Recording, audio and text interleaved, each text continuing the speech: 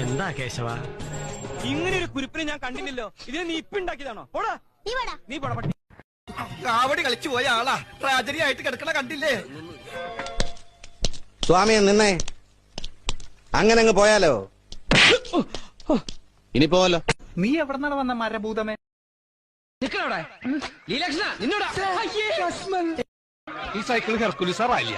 ആളുകൾ പുറകെ വരുന്നുണ്ടില്ല. റാലിയ